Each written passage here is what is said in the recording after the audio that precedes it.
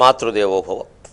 తల్లి నీయుడి యందు చేరితిని, తల్లి నీయుడి యందు చేరితిని, స్తోత్రవ్యాఖ్యరూపమునౌ వలింసాకుట నీదు బాధ్యత. తల్లి నీయుడి యందు చేరితిని, స్తోత్రవ్యాఖ్యరూపమునౌ వలింసాకుట నీదు బాధ్యత. స్వభావంబున్ విడంలేక ఏ పిల్లంజేష్టల చేసినన్ కరుణ నీవే ఆ వికారములన్ పిల్లన్ గ్రోవిగనోదుమా.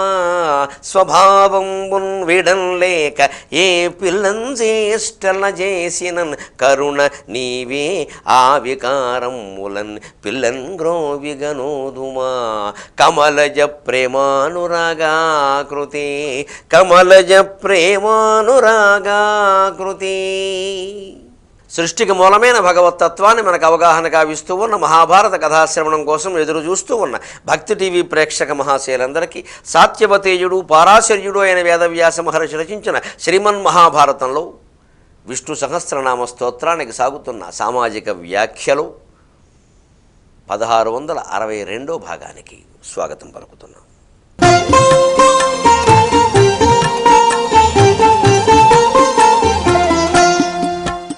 అజో మకారక స్వాభావ్యో జితామిత్ర ప్రమోదనక ఆనందో నందనోనంద సత్యధర్మా త్రివిక్రమక. 56వ శ్లోకం అజహ అంతవరకు చెప్పుకున్నాం. మహార్హక అంటే పూజార్హక. శ్రీ మహావిష్ణువు నుంచి పూజార్హమైన వాడు ఎవరు ఉంటారండి? అందుకే మహావిష్ణువు యొక్క అర్చనలో పుష్పాలు ముఖ్యం. అలంకారప్రియ విష్ణు. బంగారపు నగలు పెడితే మంచిదే, మరి తిరుపతి వెంకటేశ్వర స్వామికి పెడతారు, అందరికీ పెడతారా? ఆ ఖాతాలు ఆయనకున్నాయి. మరి మన ఊళ్ళో ఉన్న దేవుడు, మన ఊళ్ళో కూడా వెంకటేశ్వర స్వామి ఉన్నాడు. ఆ విగ్రహం తిరుపతి నుంచే తెచ్చావు. ఆయన మహార్కక అంటే మన దొడ్లో పువ్వులే తీసుకెళ్ళి అక్కడ పెట్టి అర్చన చేస్తాం. కానీ భగవంతుడు కోరుకునే పుష్పం ఏదండి? చేతస్సరసిజం ఉమానాథ భవతే సుఖేనావస్థాతుం నరజక నజానాతి కిమకో మనఃకుసుమం. మన ఇంట్లో దేవుడి విగ్రహాలకి ఎప్పుడు ఎక్కువ పువ్వులు పెట్టకూడదు. దీనివల్ల పర్యావరణం చాలా దెబ్బతింటుంది. ఈ పువ్వు పెడితే ఆ ఫలితం, ఈ పువ్వు పెడితే ఆ ఫలితం అనేటువంటి నమ్మకాలు పక్కనెట్టండి. ఇవేవి నమ్మకాలు తప్పితే నిజాలు కావు. పువ్వులను బట్టి ఫలితాలు ఉండవు, మనస్సును బట్టే ఫలితం ఉంటుంది.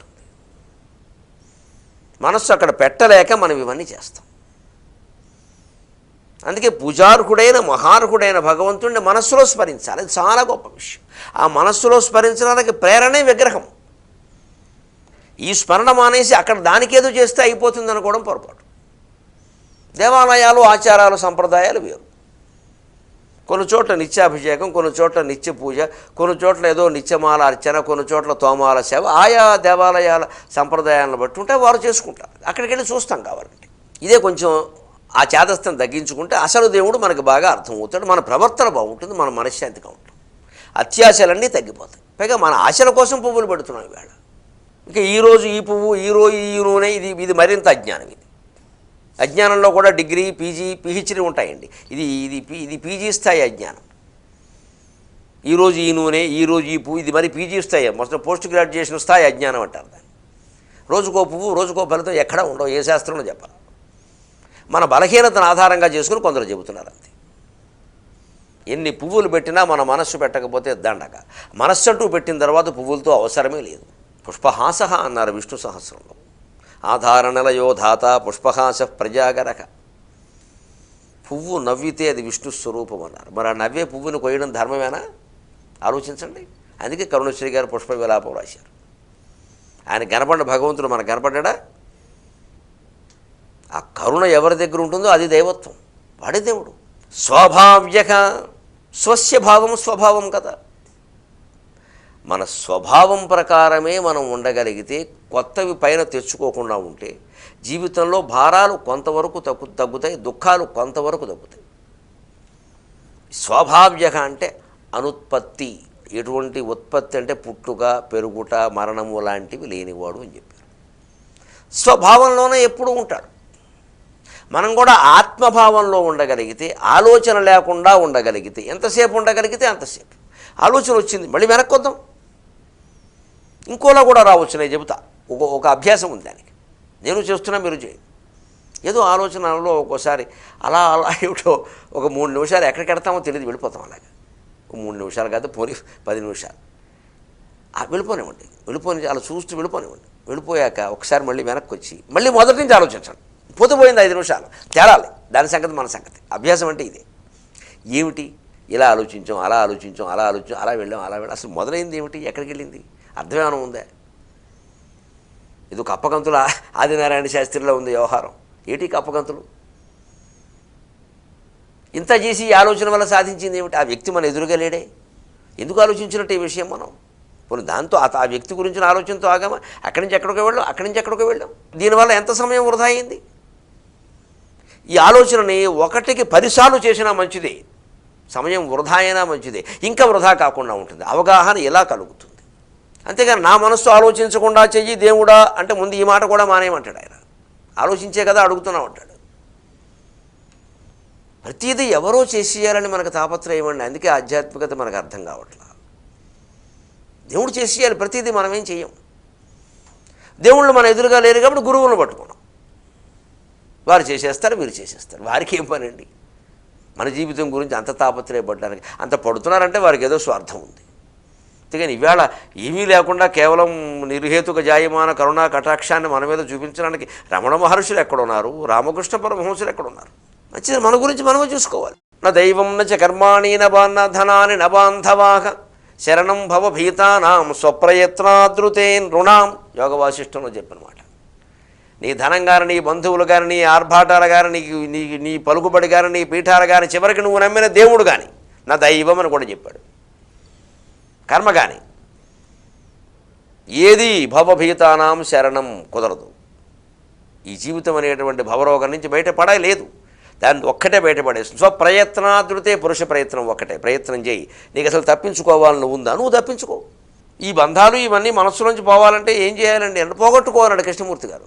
పోగొట్టుకోవాలన్నాడు. అది ఎలా పోగొట్టుకోవడం అన్నాడు అంటే వెంటనే ఆయన ఏమన్నా అంటే బహు చమత్కారంగా అక్కడ కూర్చున్నాడు కదా పెద్ద మనిషి. ఇప్పుడు కూర్చున్నవాడు లేవాలంటే ఏం చేస్తావు అన్నాడు. లేస్తానన్నాడు. మరి అలాగే పోగొట్టుకోవాలన్నాడు ఆయన. కూర్చున్నవాడు లేవాలంటే ఏం చేస్తావు, లేస్తావు కదా, లేపమని అడగవు కదా. మరి పోగొట్టుకోవడానికి ఎవరినో పోగొట్టమని ఎందుకు అడుగుతున్నావు, నువ్వెందుకు పోగొట్టుకోవు అంటే మనకు పోవడం ఇష్టం లేదు. అది సమస్య. అది అన్నీ ఉండాలి. మనకంటూ కొన్ని బంధాలు ఉండాలి. వారందరూ చాలా ఉన్నత స్థితుల్లో ఉండాలి. మిగిలిన లోకం ఏమైపోయినా పర్వాలా, వీరి ఉన్నత స్థితిలోకి రావడానికి ఇంకొన్ని తొక్కేసినా మనకు ఆనందం. ఎందుకంటే ఈ ఉన్నత స్థితిలో ఉన్నవాడు మనవాడు, మన మనవడు లేదా మన మనవరాలు, మన కూతురు, మన అల్లుడు. వాళ్ళు ఎంతమందిని తొక్కేశారో మనకు అనవసరం, వాళ్ళు బాగున్నారు. మరి ఇది స్వార్థమే కదండి. మనకి భగవంతుడు ఎలా అర్థమవుతాడండి?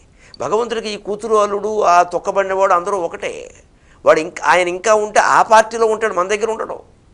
తొక్కబడిన వాళ్ళ పార్టీలో ఉంటాడు ఆయన. నేను దుష్టులను శిక్షిస్తాను, శిష్టుల్ని రక్షిస్తానని చెప్పాడు.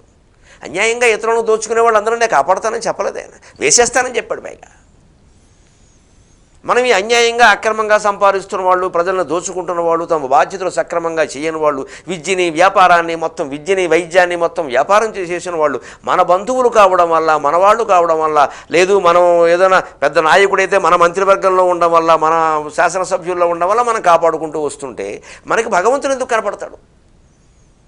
భగవంతుడికి మంత్రివర్గాలు లేవు, బంధువర్గాలు లేవు. స్వభావక, ఎప్పుడూ స్వభావంలో ఉంటాడు ఆయన. ఆత్మస్థితిలోకి వెళ్ళడం అనే దాని రోజుకి 5 నిమిషాలైనా, కనీసం పడుకునే ముందేనా, నిద్ర పట్టగిన సమయంలోనైనా అభ్యాసం చేయకపోతే ఈ నామాల్లో ఏది అర్థం కాదండి.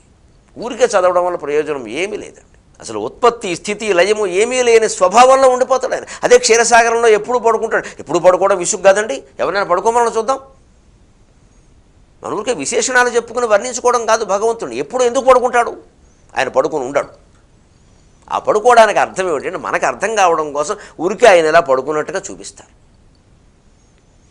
ఆ పడుకున్నాడంటే అర్థం స్వాభావ్య, తన స్వభావంలో తాను స్థిరంగా ఉన్నాడు, దాని అర్థం అది. ఇలా పడుకున్నాడు, ఈ చెయ్యి ఇలా పెట్టుకున్నాడని అర్థం కాదు అక్కడ. ఆ భౌతిక రూపాన్ని గురించి ఆలోచిస్తే ఎప్పటికీ ఏ స్తోత్రం అర్థం కాదు. జితామిత్రక, ఖచ్చితంగా శత్రువుల్ని జయించాడు భగవంతుడు. మనని జయించమని చెబుతున్నాడు. అంతఃశత్రువులు, బహిష్శత్రువులు. ముందు అంతఃశత్రువులను జయించాలి. కామం, కోరికలు రకరకాలు, క్రోధం, లోభం, స్వార్థం, మోహం, ఇక అది లేకపోతే నేను ఉండలేననే పరిస్థితి, మదం, గర్వం, మాత్సర్యం, అసూయ. నిజానికి 6 లేవు. కామము, క్రోధము, లోభం ఒకచోట రాయండి. మోహము, మదము, లోభము రాయండి. కామము ఎదురుగా మోహం, క్రోధం ఎదురుగా మదం, లోభం ఎదురుగా మాత్సర్యం రాయండి వరుసగా. అప్పుడు చూడండి, కామం, మోహం. కామం అంటే కోరిక, మోహం అంటే పిచ్చి కోరిక. ఒక వస్తువు కావాలంటే తప్పులేదు. ఆ అమ్మాయిని నాకు పెళ్లి చేసుకోవాలనుంది, ఆ అబ్బాయిని పెళ్లి చేసుకోవాలనుంది, ఫలానా చదువు చదవాలనుంది, ఫలానా పదవి నాకు రావాలనుంది, తప్పులా పర్వాలేదు, మనిషి అర్హతను బట్టి కోరుకోవచ్చు. కానీ మోహం ఏదంటే నాకు రాకపోతే కుదరదు, నేను బతకను, ఏదో ఒకటి అయిపోవాలి, ఇది మోహం. ఆ స్థాయికి వెళ్ళకూడదు. అలాగే క్రోధం వస్తుంది, కోపం రాకుండా ఎలా ఉంటుందండి? కోపం రావాలి, కోపం తెచ్చుకోవాలి. కానీ అది మదం స్థాయికి వెళ్ళిపోకూడదు. కోపం ఎందుకంటే పని జరగడానికి. అంతేగాని మనకు అసలు కోపం ఉండకూడదని చెప్పకూడదు. కోపం అవసరం. రాముడికి కోపం వచ్చింది, కృష్ణుడికి కోపం వచ్చింది, మరి వాడు దేవతలు కాదు. కోపం తప్పదు. శంకరాచార్యకు వచ్చింది కోపం, వస్తుంది, అధర్మం మీద రావాలి. రాకపోతే లోపల ఏదో లోపం ఉందన్నమాట, వైద్యం చేయించుకోవాలి. కోపం రావద్దని చెప్పొద్దు. ఆధ్యాత్మికవేత్తలకు కోపాలు వస్తాయి, ఎందుకంటే వాడు అనుకున్న సమాజం ఏర్పడాలని ప్రయత్నం చేస్తారు. బాగా దగ్గర వాళ్ళే, అభిమానులు అంటున్న వాళ్ళే, అస్తమానం మాట్లాడుతున్న వాళ్ళే వంకర పనులు చేస్తే మడిపోతుంది. వెంటనే అంటాడు నువ్వేముంటున్నావయ్యా అని. మరి కోపం వస్తుంది. కోపడ్డారంటే ఎలాగా? రోజు తెలుగులో మాట్లాడండి పూటకోసారి చెబుతుంటే నాతోనే మాట్లాడుతూ అంతా ఇంగ్లీషే. My granddaughter birthday we invite you. ఎవరికక్కడ కావాలండి ఇంగ్లీష్? నేను ఎందుకు వస్తాను? గ్రాండ్ డాటర్ ఏంటి, మనవరాలు లేదా? బర్త్డే ఏంటి, పుట్టినరోజు లేదా? రోజు మొత్తుకుంటున్నాను నేను. పైగా మీ కార్యక్రమాలు రోజు చూస్తున్నామండి. ఏం చేస్తున్నారంటే చూసి, ఎందుకంటే చూడడం. అప్పుడు వస్తుంది కోపం, ఖచ్చితంగా వస్తుంది, రావాలి. అదే మీరు చూసి ఏమీ పాటించినప్పుడు ఎందుకండి? మీరంటే మాకు చాలా గౌరవం పెద్ద విషయాలు కావు, పాటించడమే ముఖ్యమైన విషయం. వ్యక్తిగత గౌరవాల కోసం కాదు ఇవన్నీ. అందుకని నిజమైనటువంటి ప్రవచనకర్త సమాజంలో ఒక చైతన్యం కోసం పాటుపడుతున్నవాడు ఎవరికో నచ్చడం కోసం చెప్పడు, ఖచ్చితంగా చెబుతాడు. ఎవరిని ఏమైనా అనుకుంటారేమో అని ఆలోచించడు. ఆ అనుకునేవాడు, ఈ చెప్పేవాడు, మధ్యలో ఉన్నవాడు అంతా ఒకటే స్వరూపం, ఏకమేవ అద్వితీయం బ్రహ్మ. అందుకే శ్రీకృష్ణుడు, శ్రీరాముడు అవతరించిన చోటల జితామిత్రక, శత్రువులను జయించారు.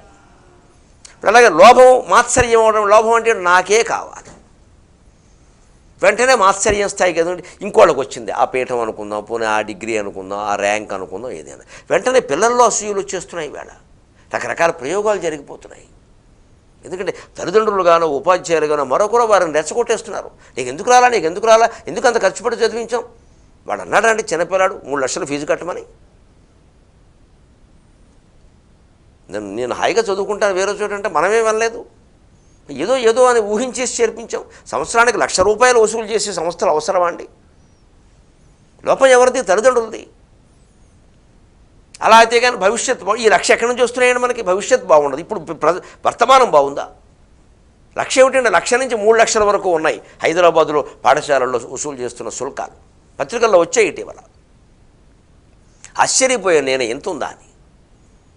మళ్ళీ పుస్తకాలు అక్కడే, భోజనాలు అక్కడే, అల్పాహారాలు అక్కడే, ప్రత్యేక దుస్తులు అక్కడే, వాటన్నిటి మీద వ్యాపారం.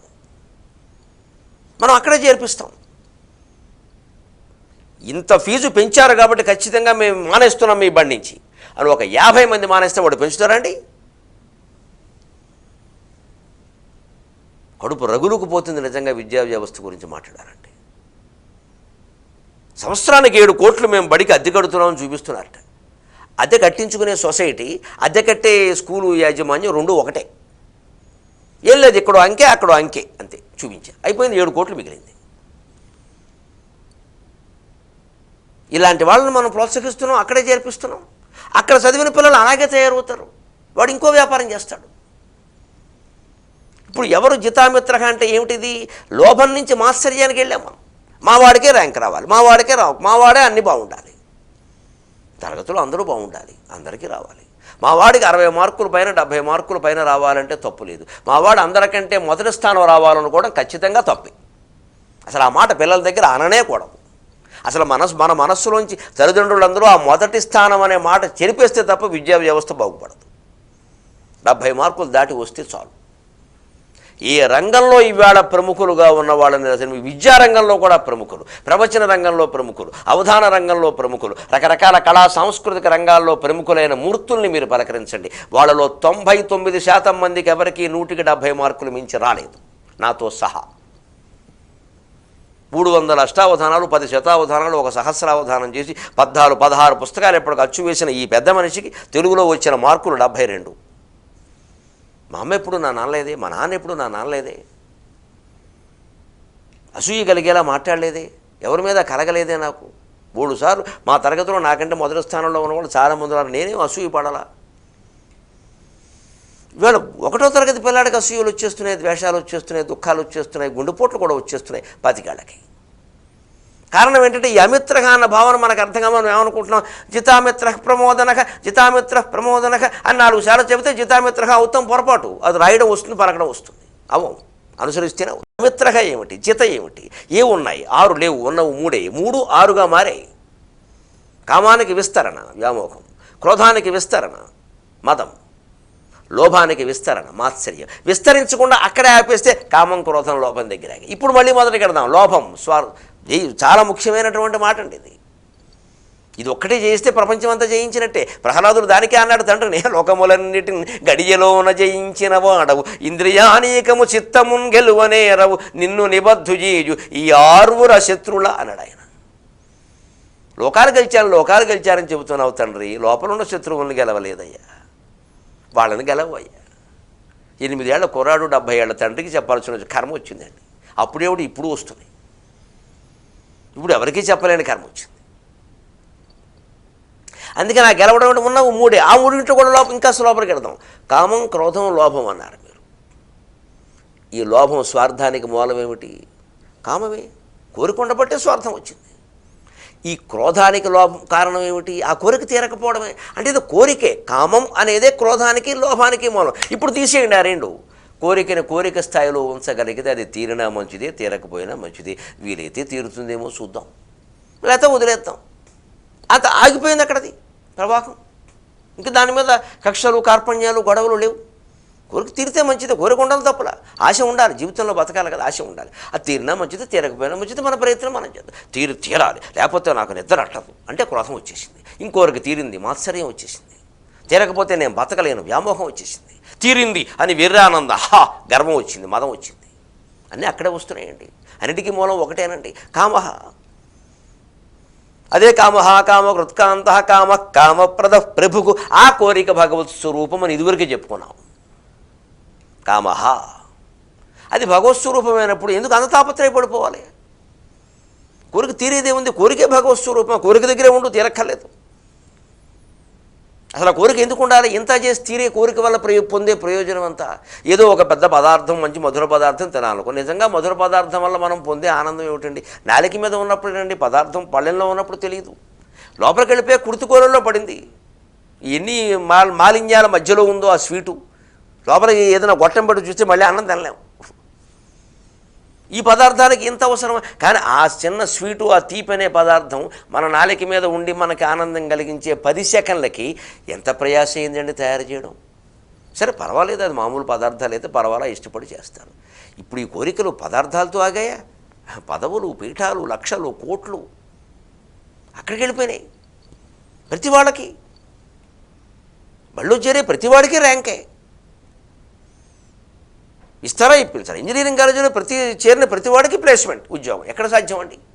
వాళ్ళు ఏం చేస్తారండి? వాళ్ళ అక్రమాలు వాళ్ళు మొదలుపెట్టారు. అంతా కలిసి ఎవరూ పరిష్కరించలేని భయంకరమైన వ్యవస్థ ఎందుకు ఏర్పడిందంటే జితామిత్రక లాంటి నామాలు మనం చదివేసి వదిలేస్తున్నాం మన కోరికలు తీరడం కోసం. అంతేగాని దాన్ని అవగాహన చేసుకోవడం. ఇది అంతఃశత్రువుల విషయం చాలా ముఖ్యమైన విషయం. ఇక బహిశత్రువులు, అసలు లోపల అంతఃశత్రువులు జయించిన వాడికి బహిశత్రువులు పెద్ద విషయం కాదు. అక్కడ భగవంతుడే సాయం చేస్తాడు. రాముడే అవతరించాడు, రాక్షసుల్ని సంహరించాడు. ఎలాంటి బాణాలు రాముడు రాక్షసుల మీద వేశాడో బిల్హణీయం కావ్యంలో చిత్రకవి సింగనాచార్యుడు షష్ఠ్యంతాల్లో చెబుతాడు. ముందు కావ్యం ప్రారంభంలో అంకితం పద్యాలను రాస్తారు. షష్ఠ్యంతాలు కున్ కున్ కున్ అని 5-6 సార్లు వస్తాయి. అన్నీ షష్ఠీ విభక్తి. తుండీంద్రతుండ నిభదోర్దండ స్ఫుట ఖండ నిర్జిత మహోద్దండాఖండల రిపు కాండునకున్ ఖండపరసు చండ కార్ముక విఖండునకున్. రామచంద్రమూర్తి మీద పద్యం డమ్ డమ్ డమ్ అని మోగినట్టే ఉంది. అది బహిశత్రు నిర్మూలన. లోపల శత్రువుల్ని మనం జయించగలిగితే బహిశత్రువులు పెద్ద విషయం కాదు. అందుకే సుందరకాండ ప్రారంభంలో ప్రారంభంలో తతో రావణ నీతాయా సీతాయా శత్రుకరిశనక అన్నాడు. అది అంతఃశత్రువుల విషయం. హనుమంతుడు శత్రువుల్ని జయించాడు అన్నాడు. ఏ శత్రువుల్ని? ఆయనకు ఎవరు శత్రువులు లేరు అప్పటికి. ఎవరిని జయించిన దాఖలాలు రామాయణంలో లేవు. మొదటి గుద్దే ఎవరో సురస మీద పడింది, సింహిక మీద మొదటి గుద్దు. మైనాకుండా ఆయన గుద్దింది లేదు. అలాగే సురస పెరిగాడు తరిగాడు, ఆయన దాన్ని ఏం చంపలేదు. మొదటి గుద్దు సింహికి పడింది. అంతవరకు శత్రువులు ఎవరు లేరు, ఆయనకి జయించలేదు. మరి శత్రువు కలిసిన కంటే అంతఃశత్రువులు కామక్రోధ లోభాలని జయించాడు కాబట్టి సింహికని, లంకిణిని, అక్షకుమారుని ఆడుకున్నాడు. ఆటే 4 జోకర్లు ఉంటే 3 సీక్వెన్స్లు ముందే ఉంటే ఆట ఆడడానికి ఎవడైనా ఆడతాడు. అలా ఆడేసుకున్నాడు శుభ్రంగా. ఎందుకని అంతఃశత్రువులను జయించాడు కాబట్టి. అప్పుడు బహిశత్రువులు ఎలా జయింపడతారు? తుండీంద్రతుండ నిభదోర్దండ స్ఫుట ఖండ నిర్జిత మహోద్దండాఖండల రిపు కాండునకున్. రాముడి బాణాలు ఎలా ఉంటాయంటే తుండీంద్రతుండ నిభ. తుండీంద్రం అంటే తుండము కలిగింది ఏనుగు, తుండీంద్రం అంటే ఐరావతం. ఐరావతం యొక్క తుండంతో సమానమైన బాణాలట. ఐరావతం తుండంలా ఉంటుంది రాముడు బాణం. అంత పెద్దది, అంత లావు, అంత పొడుగు. దోర్దండ స్ఫుటకాండ నిర్జిత, బాహుదండాలంత గొప్పవిగా ఉంటాయట. అటువంటి పెద్ద పెద్ద బాణాలతోటి నిర్జిత మహోద్దండ ఆఖండల రిపుక అండునకున్. ఆఖండల రిపుడు, ఆఖండలం అంటే ఆఖండలుడు అంటే ఇంద్రుడు, ఆఖండల రిపులు అంటే రాక్షసులు, కాండం అంటే సముద్రం. రాక్షస సమూహాన్ని ఐరావతం తుండవంత పెద్ద పెద్ద బాణాలు వేసి కొట్టేట. అటువంటి రామునికి నమస్కారం. ఖండపరసు చండ కార్ముక విఖండునకు. ఖండపరశువు ధరించిన వాడు శివుడు. ఆయన యొక్క చండ కార్ముకం శివధనుస్సు. విఖండునకు సీతా స్వయంవరంలో దాన్ని భంగం చేసినవాడు 13 ఏళ్ల వయస్సులో. అటువంటి రామునికి నమస్కారం. ఇది బహిశత్రువుల విషయం. హనుమంతుడి విషయం అంతఃశత్రువుల విషయం. రామాయణం నుంచి మనం గ్రహించాల్సింది పానకం తాగేసి వడపప్పు తినేసి దానివల్ల ఏదో శుభం జరుగుతుంది. రామాయణం చదవాలనే ఆలోచన కలుగుతుంది అంతే. రామాయణం చదివితే, అవగాహన చేసుకుంటే, అన్వయం చేసుకుంటే, ఆచరిస్తేనే శుభం జరుగుతుంది. రామ అన్నంతలో ఏం వచ్చేది? ఆయాసం వస్తుంది, కాసేపటికి నీరసం కూడా వస్తుంది. గ్రహించుకుందాం అందరం ఖచ్చితంగా. మన జీవిత మార్గాలను, మన పద్ధతుల్ని మనం మార్చుకుందాం. అప్పుడు దేశం ఉన్నత స్థితిలో ఉంటుంది. దేశంలో అందరూ రాములే అవుతారు. అంతా రామాయణమే. భారతదేశమే ఒక రామాయణం. మళ్ళీ 23:30 గంటల్లో కలుద్దాం. అంతవరకు మన చరవాణి సంఖ్యలు ఎవరడిగినా తెలుగులో చెబుతూ తెలుగులోనే మాట్లాడు.